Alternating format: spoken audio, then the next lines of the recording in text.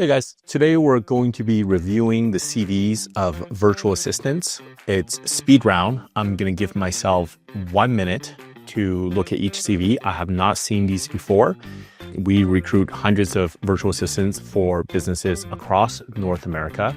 It's been a while since I've done this personally. I got a good team in place now, but let's get started. Let's go. So I'm going to start the timer here. We'll put something on screen and I'll also be sharing my screen. Okay, let's go. First one, we are looking at a general virtual assistant. Okay, so first thing that comes to mind is I don't like how there's not enough detail here. When you do screen CVs from the Philippines, you gotta kind of lower down your standard a little bit. By and large, most people's CVs are not properly formatted. There's typos and stuff. Certainly this looks quite lazy in my opinion. You know, it doesn't really give much detail like calendar management, email support. It's not really accomplishment-based line items on the CV. So I would not be inclined to interview this candidate. Okay, this is a little bit light. Okay, moving on. Next, we have, starting the timer again, operations manager. Okay, so we're getting a little bit more detail, oversee operations and day-to-day performance.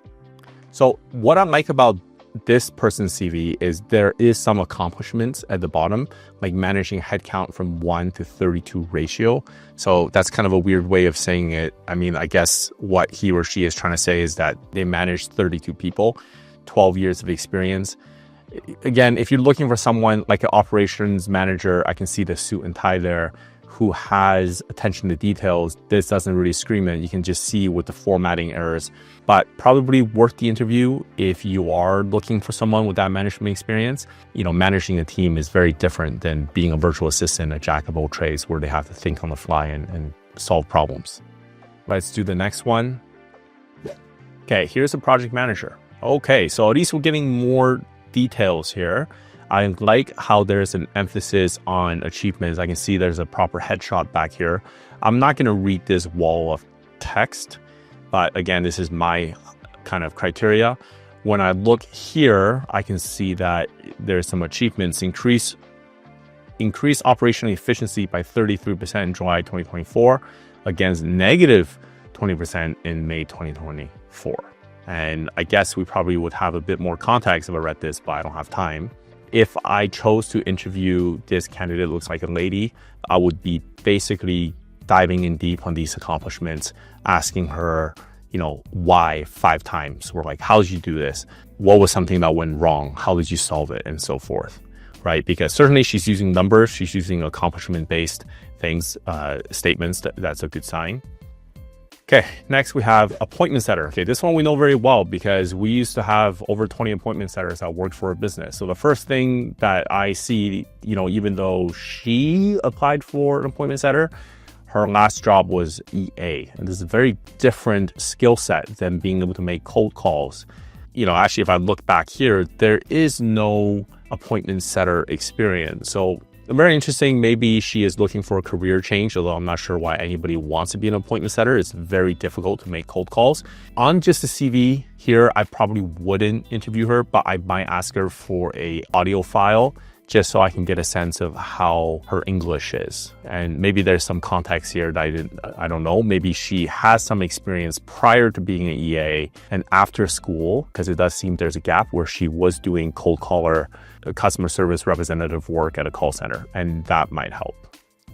Next, we have, this is sales closer. So at least I'm seeing some sales experience, marketing staff, food and beverage attendants. So this seems like what you're going to see when you look at CVs from virtual assistants is the first thing you have to do is you have to bifurcate the experiences that are VA experiences or experiences working for North American businesses, and then local experiences. You know, a lot of times you see them working for local Filipino companies. It's not a problem. A lot of them have that. It is just that the work culture and the standards and everything, the industries are all tend to be very different. And so you definitely want to make sure that they have at least 1 year of remote working experience. So those little things help as well. So I'd be curious to see where this sales coordinator experience is from. But yeah, good amount of detail. Again, I don't have any time to read. You'll see a lot of times they put their tools that they've used before. But for me personally, I don't pay attention to this too much because those tools are pretty software friendly. I mean, pretty user friendly. Okay, growth marketing and sales manager.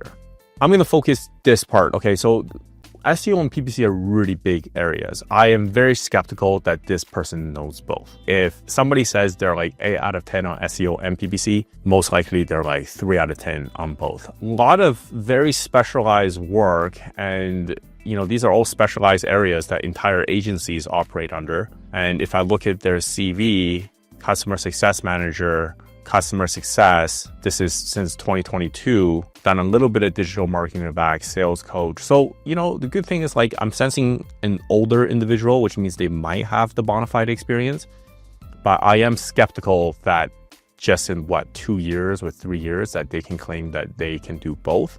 But if you have an agency or someone in your network who can help vet this person, it would be interesting to take a call, and I would ask for hard results and what they've done. Why they make certain decisions in SEO, why they lay out a page a certain way, or how they approach A/B testing PPC. But anyways, that's it. That is 6 CVs that I've done, hopefully just under 8 minutes. Hope that helps you.